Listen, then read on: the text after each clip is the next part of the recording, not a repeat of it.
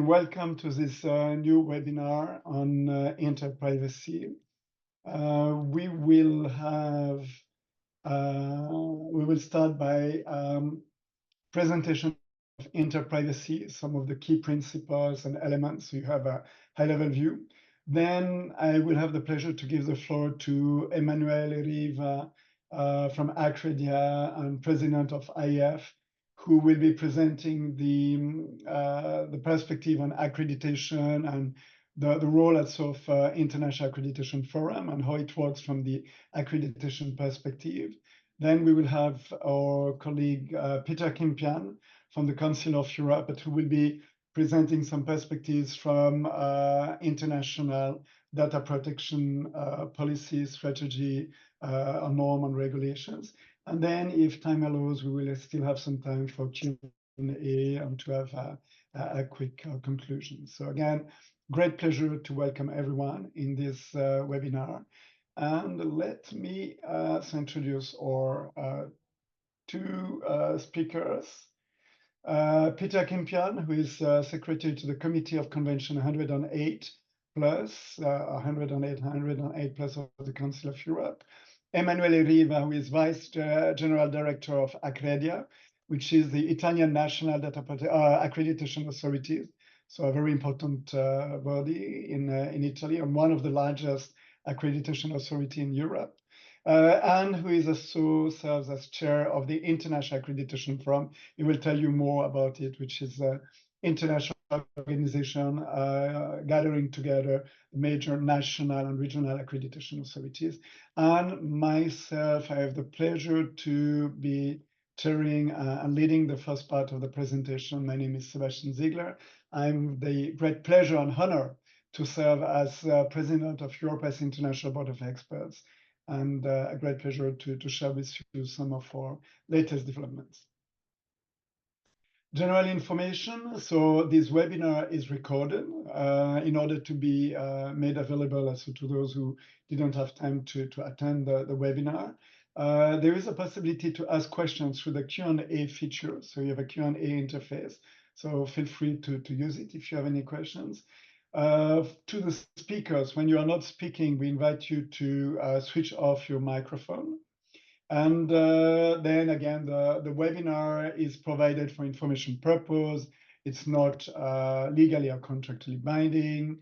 The views which are expressed on behalf of the individual do not necessarily represent the view of their affiliation and institution, just to avoid any misunderstanding or any to have a more open discussion and conversation.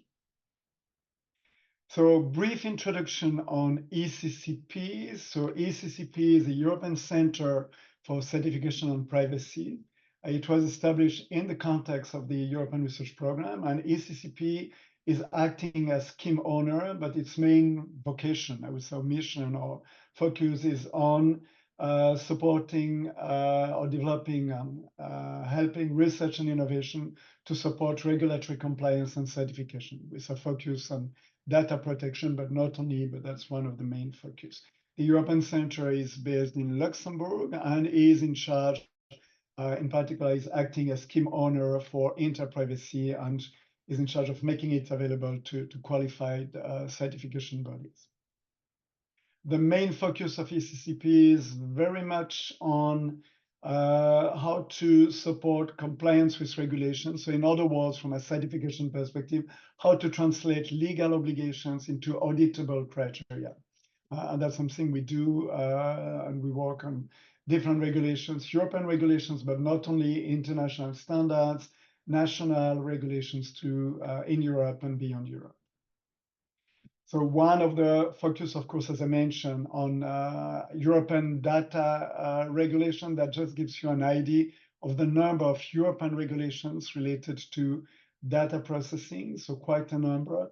Of course, we do not necessarily address all of them, but we try to ensure at least for the majority of the relevant data regulations or regulations related to digital activities or digital world can be addressed and supported from a self-assessment, assessment, and certification perspective.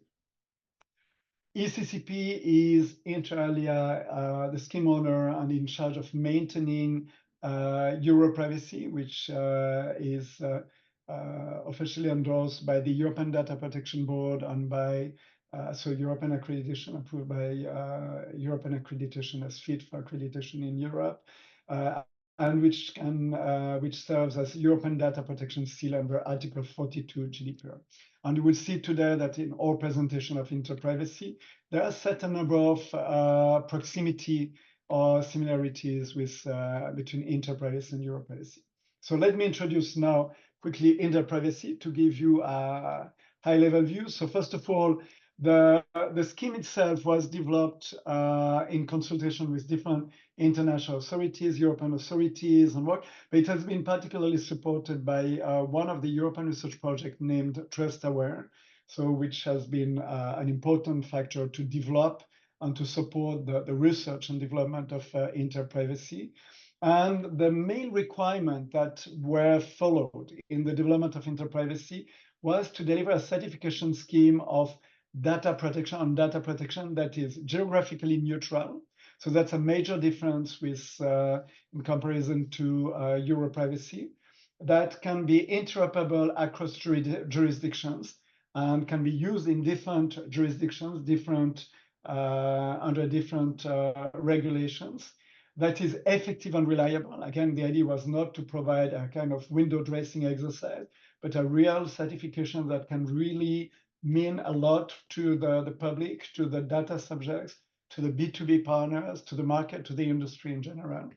A scheme that is trustable by data subjects, by data exporters, and data protection authorities, and a scheme that can be, at the end of the day, also useful to facilitate international data transfers with an adequate level of check and confidence in the data protection for those whose data are transferred, as well as for those who are transferring or receiving data.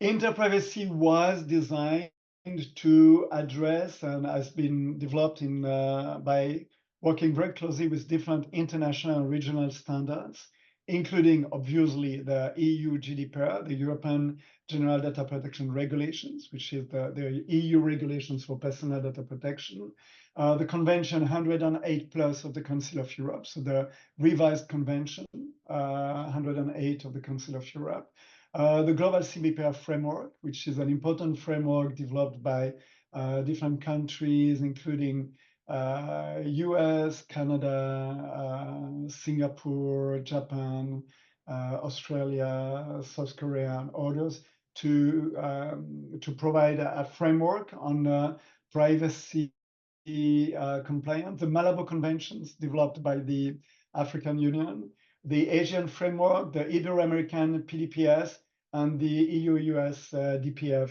which was also taken into account when developing and specifying the criteria. I will go very quickly on this. That gives you a high-level view of the process for the adoption of Interprivacy. And what is very important and very interesting to highlight is that Interprivacy, again, has a series of criteria, but there you can see the mapping of the different criteria and the different legal obligations. So for each criterion, you can identify what is the corresponding legal obligation in the different regulations or reference standards, regionally or internationally. Then we have the great honor and great pleasure to inform you that Interprivacy has been formally approved by IAF, and Emmanuel will tell you more about it, but that's a very important step to ensure a homogeneous approach towards certifications, and that is also very important also, I would say, element of trust and interoperability and mutual recognitions internationally. An important element to highlight is the fact that as Interprivacy is closely aligned with Europrivacy, they are closely aligned, but they are distinct. So Europrivacy is the official European Data Protection Seal. It is subject to GDPR. So the deliverance of certification for Europrivacy is framed directly by the GDPR, the European regulation, while interprivacy is not subject to the GDPR. But both criteria, both schemes are addressing very similar level of compliance, of requirements. So they are very much aligned, but they are clearly distinct. So one is under GDPR, the other one is not subject to the GDPR, even if it addresses compliance with the GDPR obligation, but it's not a formal GDPR certification. So both schemes, Europrivacy under GDPR and Interprivacy, which is GDPR independent formally, use the same methodology, almost identical criteria, and the same level of requirements, which means that it's very easy to either opt for a dual certification. So you can opt to certify a data processing or target of evaluation with both Europrivacy and Interprivacy.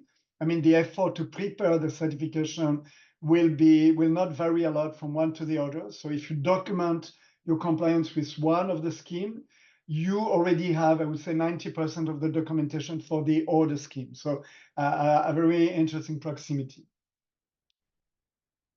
As I mentioned, Interprivacy has been is now formally proposed to the market and to the user interested companies, public administration as international data protection seal approved by IAF. And let's now dive a little bit in the reason, the value proposition. Why would it make sense for someone to embrace such a certification? I think one of the first elements is to identify and reduce the legal and financial risk. Again, Interprivacy has been designed to address the main obligations of different international and regional standards. So it enables already to give a very strong indication and by using the certification and the criteria, to ensure and assess compliance with the main obligation in the field of personal data protection. Of course, it enables to check and demonstrate compliance, which is something important, I would say, for any certification. It enables to improve reputation and access to market, to build trust and confidence, to extend compliance to other regulations, again, to have an approach which is more cross-jurisdiction, to ensure that we have a comprehensive view of the compliance with the different obligations, to develop competitive advantages for the applicants, to turn compliance into value and revenue, and that's very important. We all know that all companies, not only in Europe, but across the world, are investing a lot of resources to demonstrate and to ensure compliance with personal data protection regulations. And this effort is often invisible for the company. And there is usually the main return is to reduce the risk to be fined or to be sanctioned. While a certification enables to turn this compliance or this effort into an intangible asset, into something that can be valued, that can be used to value services, to have increased potentially the revenue of the company, but also to value the company towards the financial sector, financial services, to facilitate market penetration or positioning on the market. So that's a way also to recognize and to value the work which has been done by the DPO or by the compliance officers. It enables to support data transfers, which is an important element. And so those who are using the certification, the applicants and the official partners, benefit also from updates in case there is any change in terms of legal obligation or regulatory obligation that will impact the certification.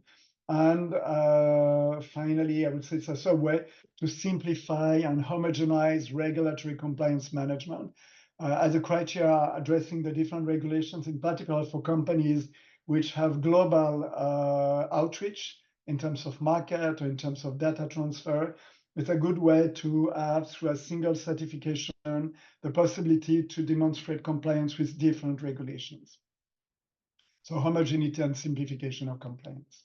So it's very much about turning compliance into value. That's also something very important, I would say. It's again, the process of certification as something quite unique.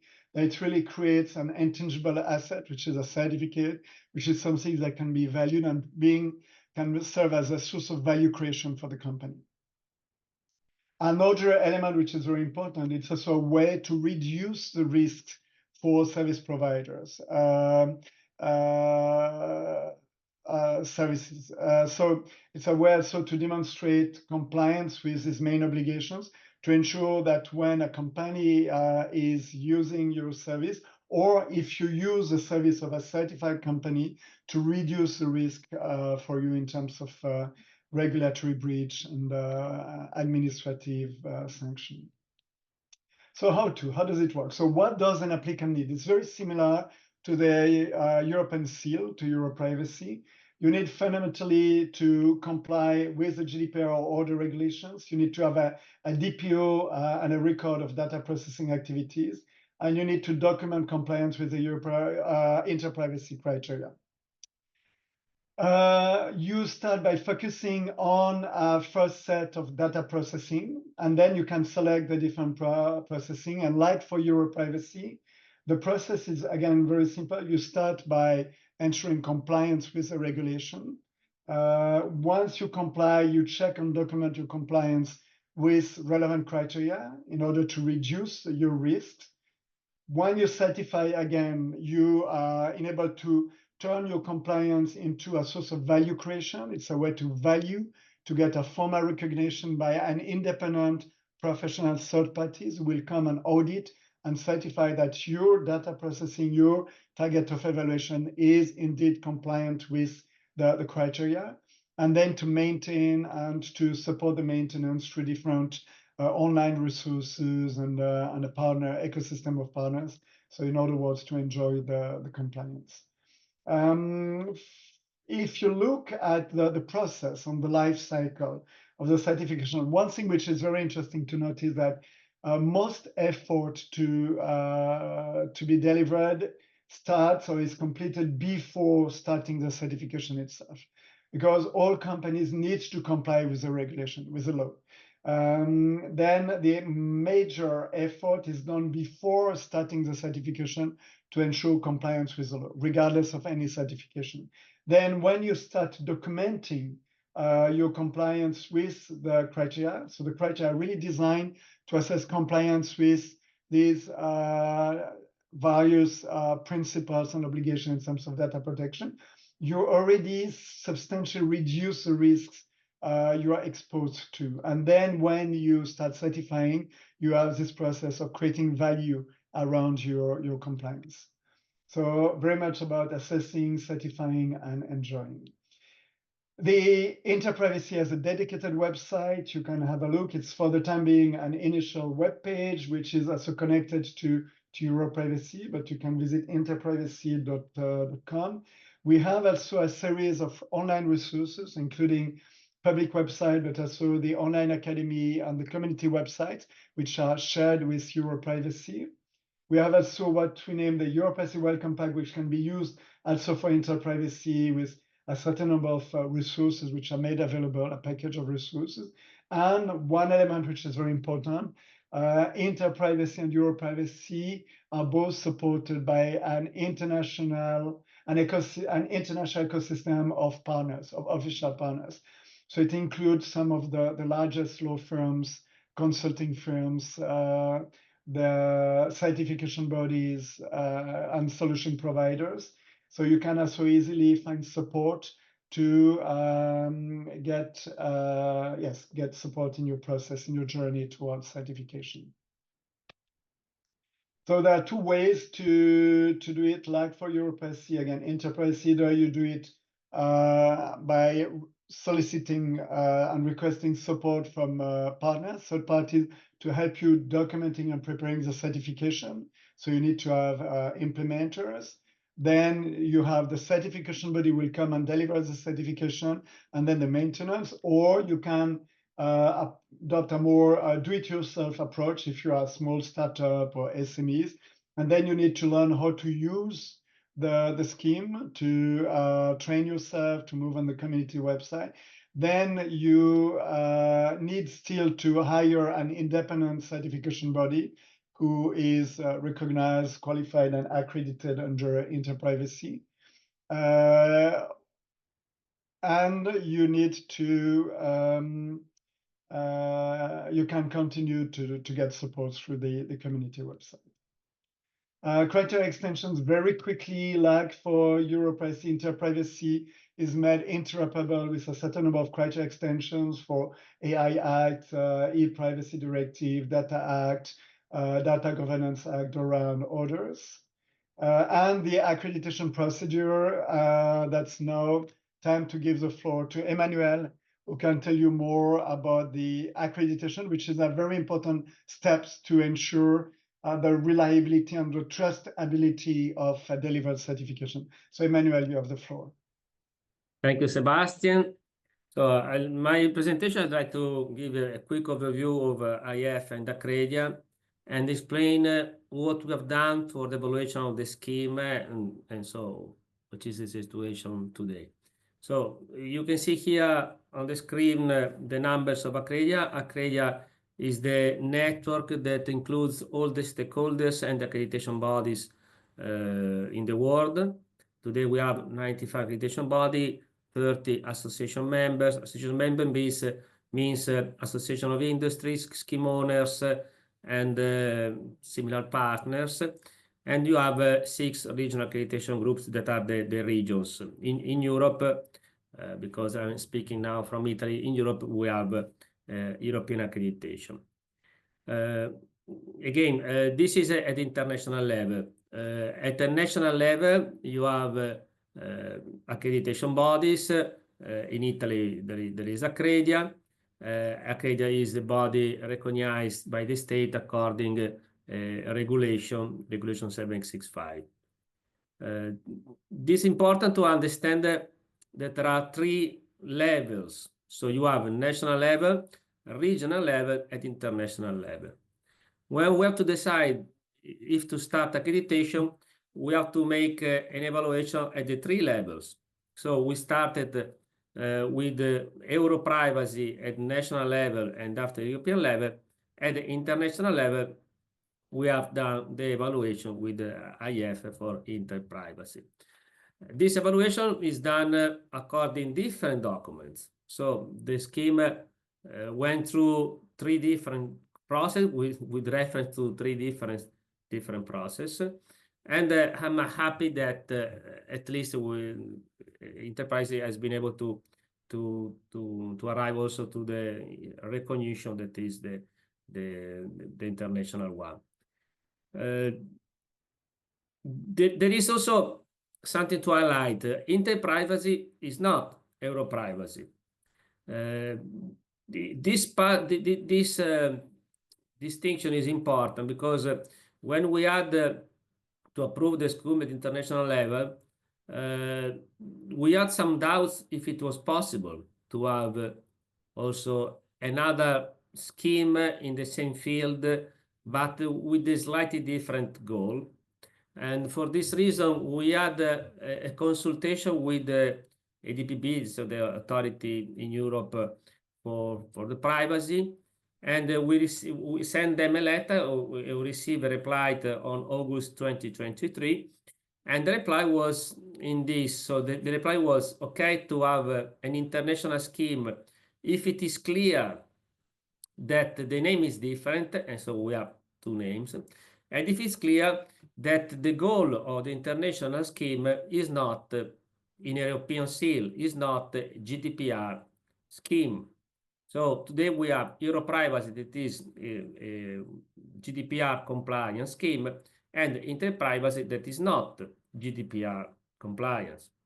So this is huge important to distinguish. However, this scheme I imagine could be useful for the organization that are international when you have to deal with European law, so GDPR, and also with other legislation. Sebastian, at the beginning of the webinar, made a list of the regulation today in place for GDPR. So the opportunity is to have 2 schemes that are scalable, so there are clauses that are easy to upgrade. So for international company, I guess this could be a benefit. Regarding the accreditation of the scheme, now I'm speaking on behalf of Accreditation. We are starting the process because the scheme has been, as I told you before, has been approved now at international level. But it's up to each accreditation body to decide if to accredit or not. So the role of IAF is to say that the scheme is suitable for accreditation and it is endorsed. So this is done. However, now that the scheme has been approved, each accreditation body can decide if to start or not to provide accreditation. So Accreditation will have to do this exercise without our board and with our accreditation committee. This will start next month in April. So we have a meeting of the board that will take the decision on the accreditability of this scheme. After this reply, Accreditation will be able to accept accreditation request from certification bodies, basically established in Europe, especially in Italy, but also outside if the local accreditation body is not able to provide the service. You have a regulation that is forcing the certification body to apply to the local accreditation body. And if this local accreditation body is not available, then it's possible to apply to another accreditation. Another couple of things. We're talking about here about compliance and simplification, two concepts that Sebastian highlighted before.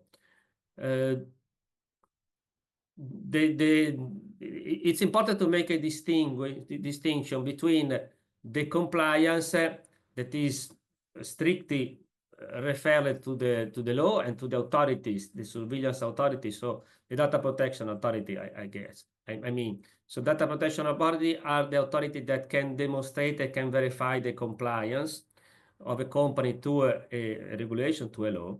It is not the job of accreditation and conformity assessment body, because we evaluate the conformity to a standard, and the standard usually has something more than just a normal reference to legislation. So the opportunity of this kind of certification schemes is that could guide, could help, could drive the organization to good governance, to take in consideration all the aspects that are applicable. But usually it's something more. But it's something more because it's not only a management of specific requirements, but is a systemic approach. So this is the opportunity to have a systemic approach to be sure to be in compliance with the legislation. But this is different. I mean, with the certification, you don't have the patent of compliance. Well, you have the patent of conformity. And another point is the simplification. We have many legislation. In Italy, there is a legislation on data protection since years, in Europe, and the same in other countries. This is not easy absolutely to manage, and schemes like this will be able to guarantee the application of the scheme all over the world. Here you can see which are the countries today that are member of IAF. In these days, we have so many discussions at the geopolitical level. Also, in the past, IAF was forced to put out of the organization Iran and Russia. We'll see what will happen in future.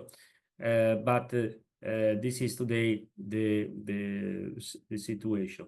And you see here on the top all the regions that are member of the organization. Today we have IAF. Next year we will have another organization that will come between the merging of IAF and ILAC, and so we will have a new body, I tell you this because today the scheme is endorsed by IAF, but next year the scheme will be endorsed also by an organization that will be Global Accreditation. This will be the organization that will be the reference for all the accreditation activities from next year on. I finished this presentation just highlighting the fact that all these kind of activities requires competence, a lot of competence. And so I'm happy that Sebastian with his team is working a lot in training activities, developing documents, because it's not an easy task and it's not an easy topic. And to have support of someone that knows how to manage these kind of things is very beneficial. So thanks to Sebastian, because your initiative is not just only for certification, but is for sure useful to increase the culture of privacy in our environment. So thank you, Sebastian. So back to you. Thank you very much for your kind words that I share with the whole team. But no, I highly appreciate it, and think again it's a great pleasure also to collaborate with Accredited. I have to say that over these years we have discovered the skills and the professionalism and the excellence of Accredited. I was quite impressed by the number. Maybe you would like to say a few words about the number of schemes and the certification that Accredited is handling. It's quite impressive for me, at least to me. It's yes, we are accrediting at least just only for certification inspection, more or less 600 schemes, 600 different schemes with different. When I speak about competence, it's really difficult. It's a challenge for us to have the competence and at the same level, at least of the certification body with different tasks also. No, it's quite impressive. Thank you.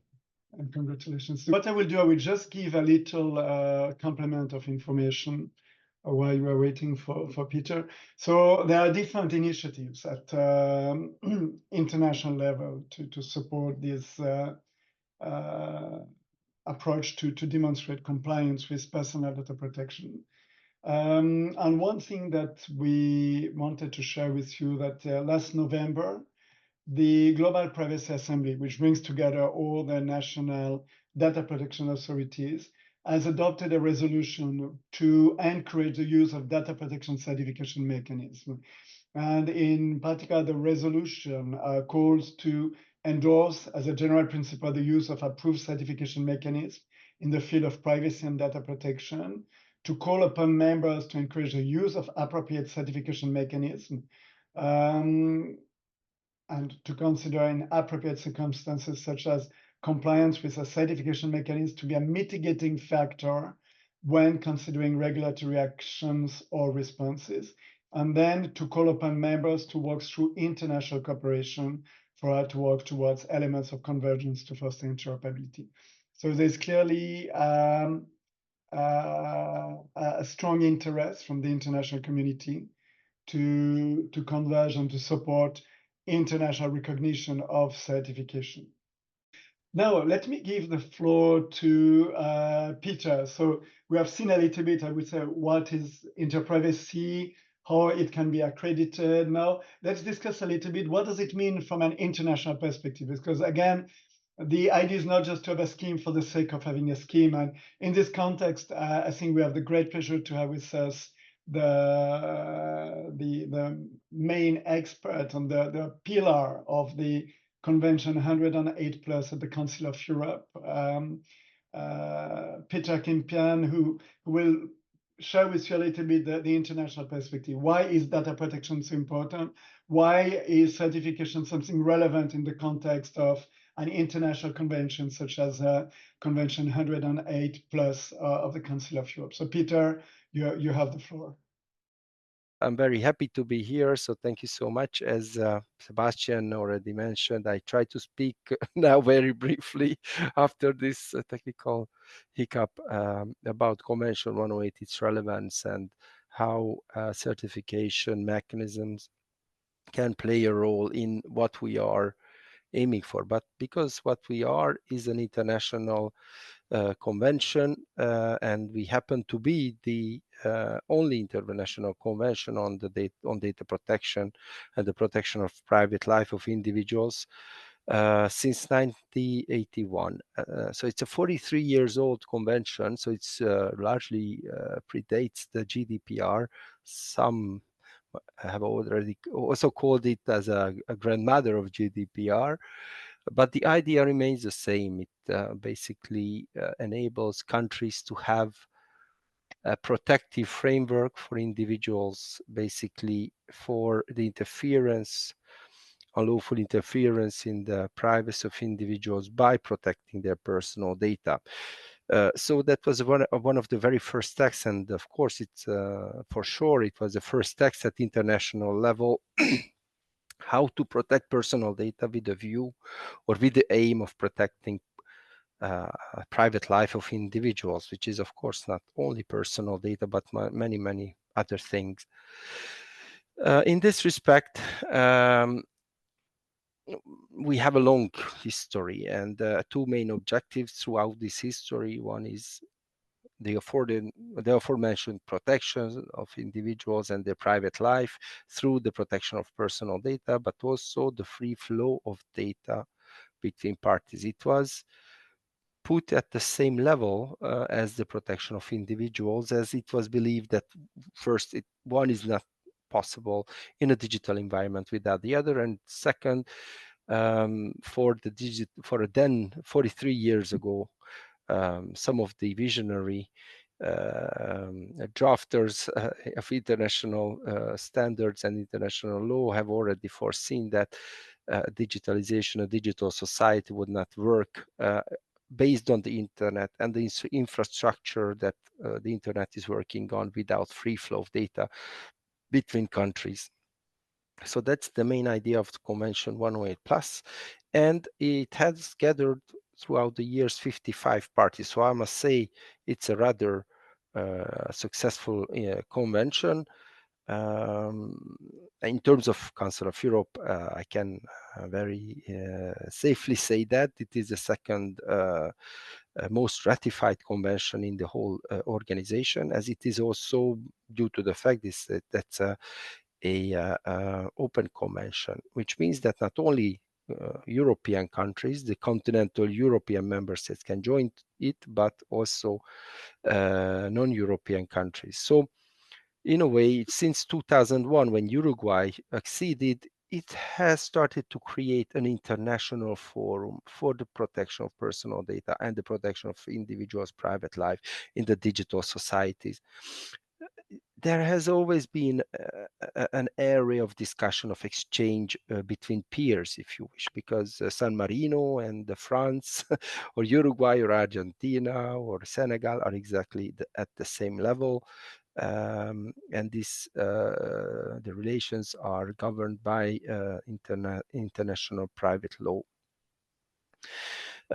So it has already made some remarkable achievements in advancing the right to privacy and right to the protection of personal data, not to name the directive at the European Union level, and then the GDPR, which is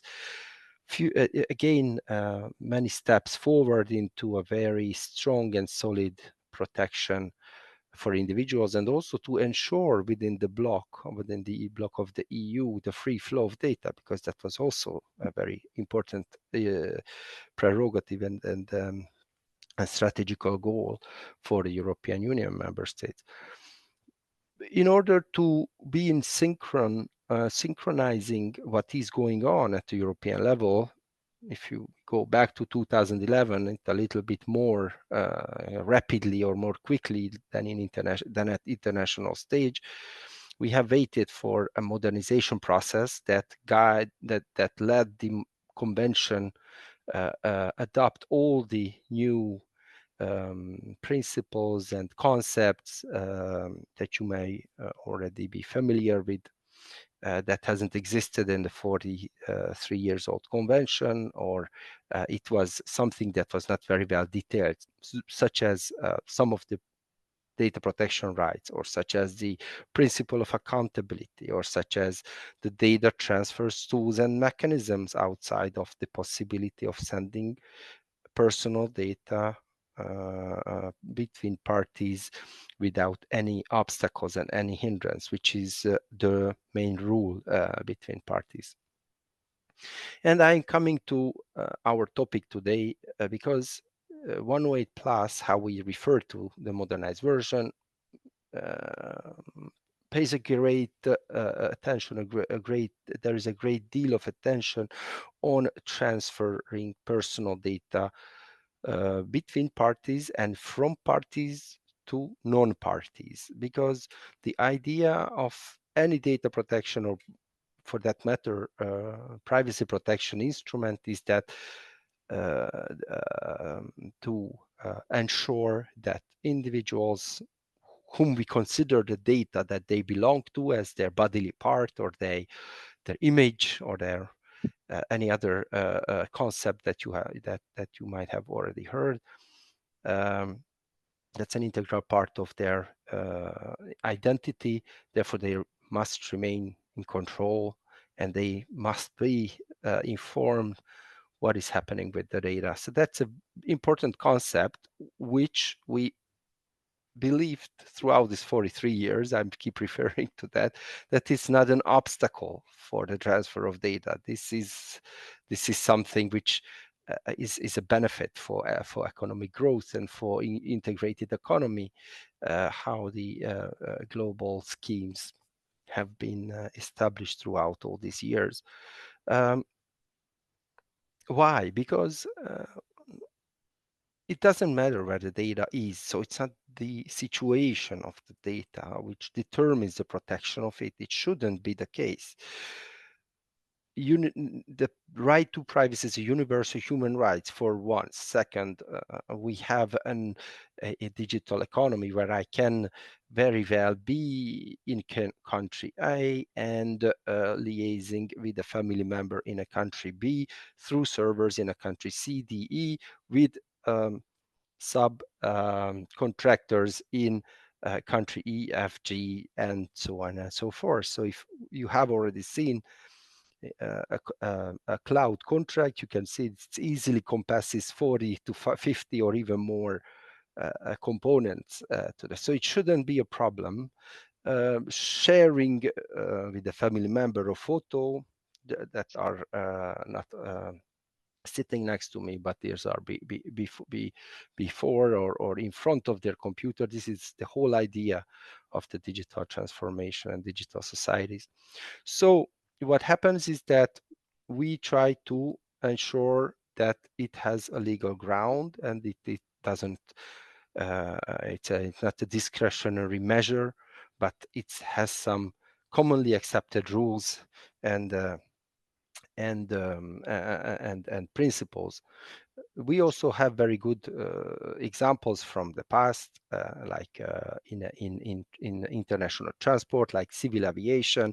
It is exactly the same idea. So once the world got connected through airplanes, it shouldn't be in a hassle. It shouldn't be an issue to travel from one part to the world to the other part of the world through several carriers. So that's also the idea that we very much adhere to it. Therefore, we try to work about standards and principles, what should be adhered to and what should be there. And I may be cutting here some corners in the sake of time and allow some questions, maybe, or interactions with the audience. Because I'm going to the certification. Why certification is such an instrument, or an instrument that could help achieve this goal. That when I board in a plane in New York and I go to Tokyo, is the same thing that I send my personal data from New York to Tokyo, because it requires a very thorough work on compliance, but this is not what the certification is. What we heard, it's more like a conformity of the schemes, but there is also a compliance element to that, and we believe that Convention 108 plus especially can be very relevant for this. I mentioned GDPR and that we waited for the GDPR to be adopted. So we believe that we have in the wording and in the standards of the convention that we also try to develop further and further through guidelines and guidances to our member states, we have the common minimum denominator that could be accepted not only by these 55 parties and 36 observers that we are working currently, but the whole community of United Nations member states. This roughly 170, 180 countries all over the world. We are not there yet, of course, but measures that help achieve this goal and that help raising the culture of privacy that was also mentioned before, because privacy is not coming, the level of privacy is not something that we discuss, we agree upon, and then we forget, or then just we leave it like this. So it requires constant care, it requires constant assessment, it requires constant review as well. So any such mechanism that ensures that, or that is built upon these, are very instrumental, that can play a very instrumental role in 108 and in 108 plus. I'm really stopping here, I believe, because there are only 5 minutes left, although I have a lot to say, so maybe we can exchange based on specific questions or some of the points. But I just wanted to mention that the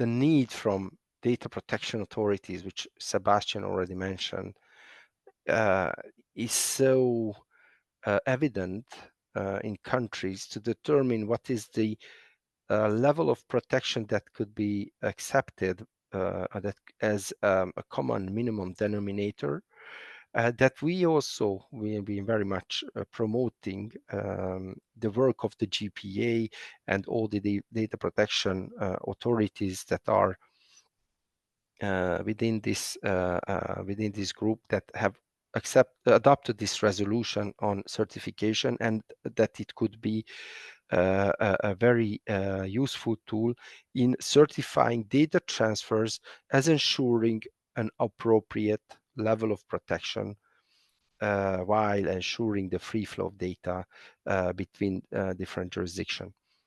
So thank you for your attention. Sorry for the technical hiccups, and of course, if you have any questions, I'm open to reply.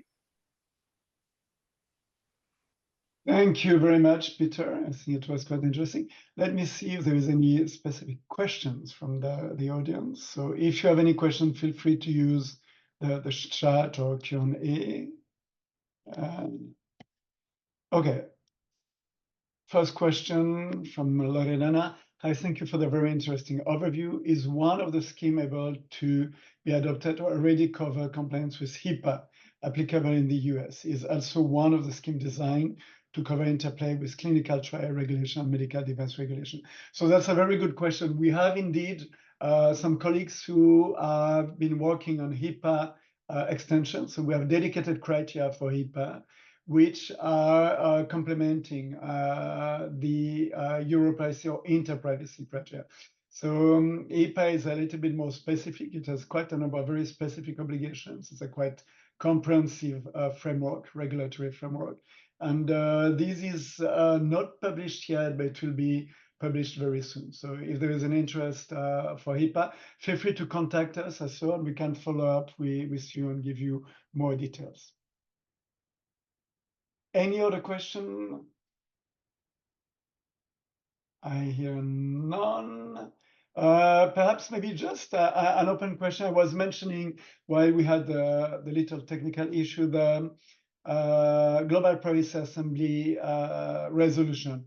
Peter or Emmanuel, would you like to say anything about it? How do you see the evolution of certification globally? I mean, the resolution is very much aligned with what you just mentioned, the need from different authorities to demonstrate compliance across different jurisdictions. So how do you see the future role of certification in this context? Maybe I could start. So I mentioned before that we are now living in a geopolitical situation that is very difficult to understand it, to predict which will be the future. Nobody knows what will happen tomorrow. So, however, because of this, this kind of instrument could be beneficial because companies need tools that allow them to live in different environment with different legislation.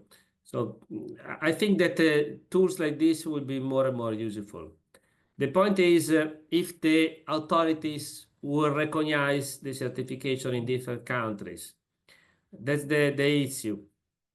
For example, you know, Europrivacy is well recognized now in Europe by the EDPB. Will be Interprivacy recognized by other authorities in different legislation? Of course, today there is the recognition by IAF, by Interprivacy will be recognized by the other authorities in other legislation. That's the main issue. Of course, there is the beneficial that is a voluntary instruments, but sometimes you need something more in some legislation. So I know that it's not easy, but we should imagine something like a puzzle that combine different authorization from different authorities. This is the challenge for the future. So to convert the voluntary document in something that is recognized by the authorities. Yeah. So probably, as you mentioned, the ability to ensure that there is formal recognition by the different authorities of the instruments, so adoption or ownership on the mechanism by different regulators and different jurisdictions. Peter? Yes, I think it's an important and very relevant question. I believe that data protection authorities are key in the whole ecosystem, I would say. I mean, of course, not surprisingly, but even more importantly, in this geopolitical situation where we are going through, and I'm not commenting on this, but I'm just telling that throughout the 43 years of existence, many things have been already tried and initiated under Convention 108 through my predecessor, through different versions of the committee. But the only thing is come always down to the ecosystem and to the forum of the authorities that can make really a difference, I believe. And this is also our entry point, and this is why we discussing this with our parties, because as an international organization we are addressing usually to parties, but now we are in a very specific situation that our parties, based on the decision of each party of the state, can be, and it is in very often cases, the data protection authority. So what we have in a meeting in Strasbourg with 100 participants, 85 are data protection authorities, and all of them have the same problems, and all of them have the same questions, and all of them are asking, can I send my data to my neighbor? Is it really the same level of protection when I speak about data subjects' rights? If I'm a data controller has a, this and that policy, is it recognized in your jurisdiction? Is it recognized in that jurisdiction? Not to speak about interregional discussions, because maybe there is a high convergence and high conformity within European Union member states, but is it the case with other continental European authorities, or is it the case with the authorities in Latin America or in Africa? So this is exactly what we are doing, and this is exactly where the certification of data transfers, even if a specific data transfers that the previous so the comments, the lady who made the comments made, even in medical sector, based on the HIPAA application or the HIPAA type of processing, if we can have just one certification between two jurisdictions on the area and the topic, I would learn already a lot, because it could replicate in a section and in other recognized based on certification, commonly shared certification.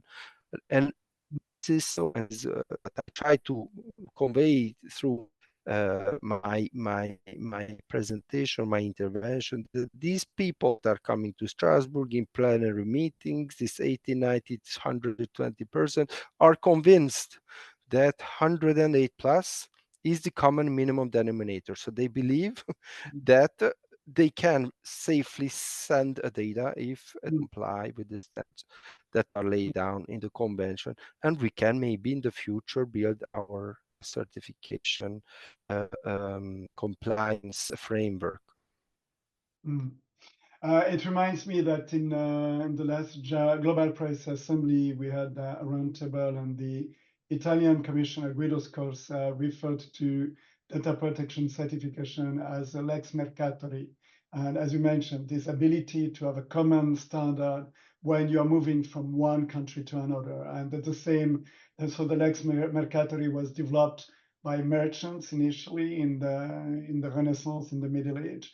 And that you need something equivalent today for the digital transformation. So some common standard that can be recognized across different jurisdictions. And that is fully aligned again with the Convention 108 plus, which as you mentioned is recognized as a common denominator for data protection across different jurisdictions.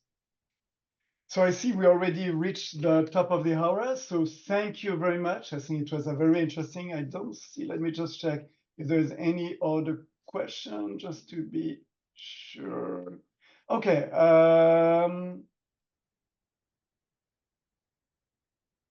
Okay, so there's a question. When you say that Europrivacy is compliant to GDPR and Interprivacy, not you mean that if you get IP, you can't be compliant with EP, or EP is in a certain way included in EP? So no, let me clarify. So both Europrivacy and Interprivacy, in terms of data protection requirements, are very much aligned. So it means that when you certify data processing with Interprivacy, you ensure compliance with the Europrivacy obligations, but it is not recognized as an Article 42 GDPR certification. So it means that it addresses the same object with the same level of requirements, but globally, international, Europrivacy is geographic specific. It's for the European regulation. Interprivacy is geographically neutral. So it takes into account GDPR obligations, but also Malabo Conventions, Convention 108 plus, and the different standards. So it's not focused on Europe, Interprivacy.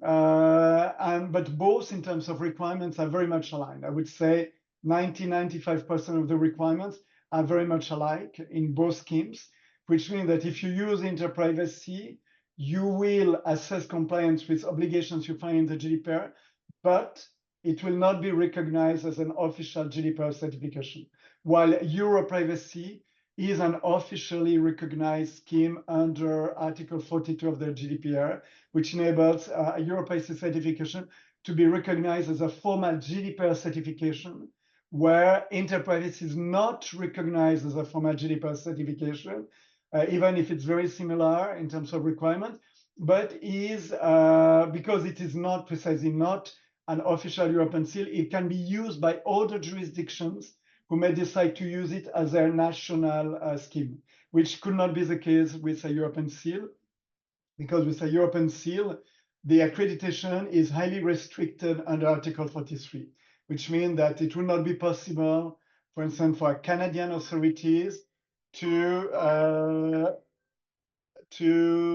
deliver an accreditation in Canada to a certification body, because it will not be aligned with Article 43.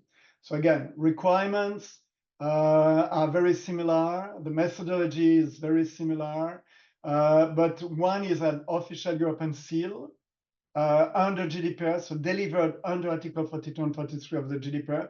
The other one is a geographically neutral certification with the same level of requirements, but which is made available to any authority. So without the restriction of the GDPR for official GDPR certification.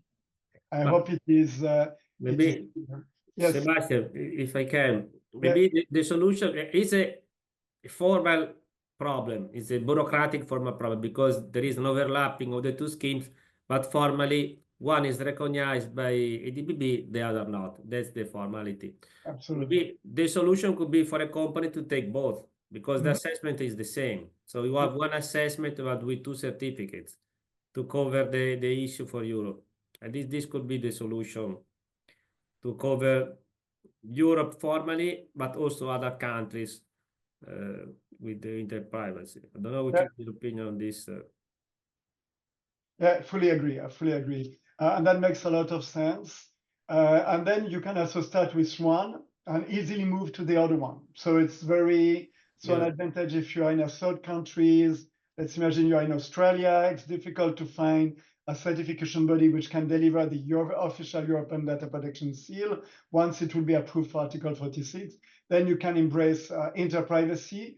And then at the moment you decide, okay, we start having many clients or data transfer with Europe, and then you can easily move to the official European seal. So you have also this interoperability between these two schemes, which can help a lot in the adoption of the scheme globally again.